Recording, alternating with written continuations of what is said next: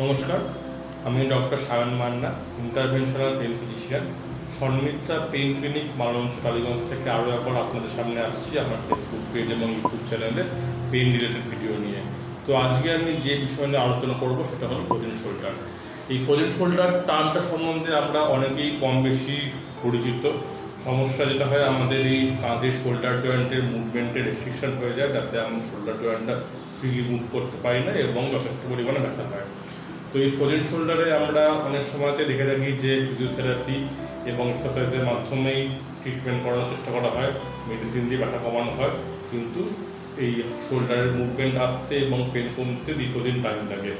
Interventional pen ম্যানেজমেন্টের মাধ্যমে বিভিন্ন রকমের ইঞ্জেকশনের দ্বারা, আল্ট্রাসাউন্ড মেশিন দিয়ে বিভিন্ন স্ট্রাকচারকে টার্গেট করে ইঞ্জেকশন করলে কিন্তু খুব সহজেই এই ফ্রোজেন শোল্ডারের পেন এবং রেস্ট্রিক্টেড মুভমেন্টগুলো থেকে আরাম পাওয়া যায় এবং একটা দীর্ঘস্থায়ী ব্যথামুক্ত ফুল রেঞ্জ অফ মুভমেন্ট নিয়ে আমরা কিন্তু কাজ করতে পারি।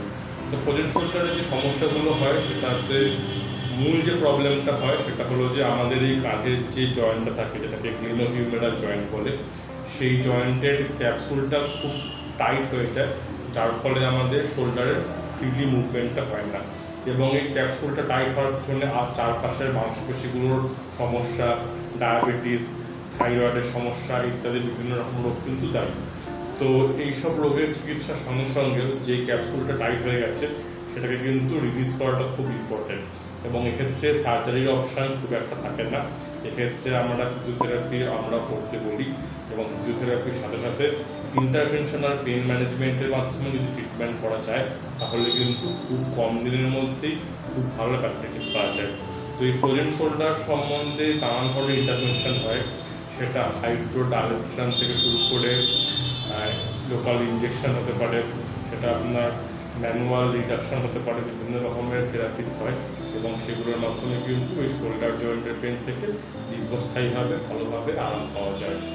তো আমি আমার ইউটিউব চ্যানেল এবং ফেসবুক পেজে বিভিন্ন পেন রিলেটেড বিষয় নিয়ে আপনাদের সামনে আসবো, আপনাদেরকে সেসব কী চিকিৎসা করা সম্ভব এবং ইন্টারভেনশনের পেনের মাধ্যমে কীভাবে বিভিন্ন রকমের ব্যথা চিকিৎসা করা বিনা সার্জারিতে করা পসিবল সেগুলো জানাবো।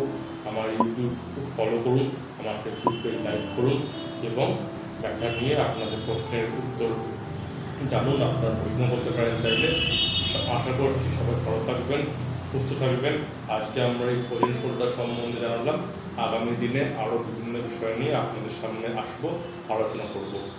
নমস্কার।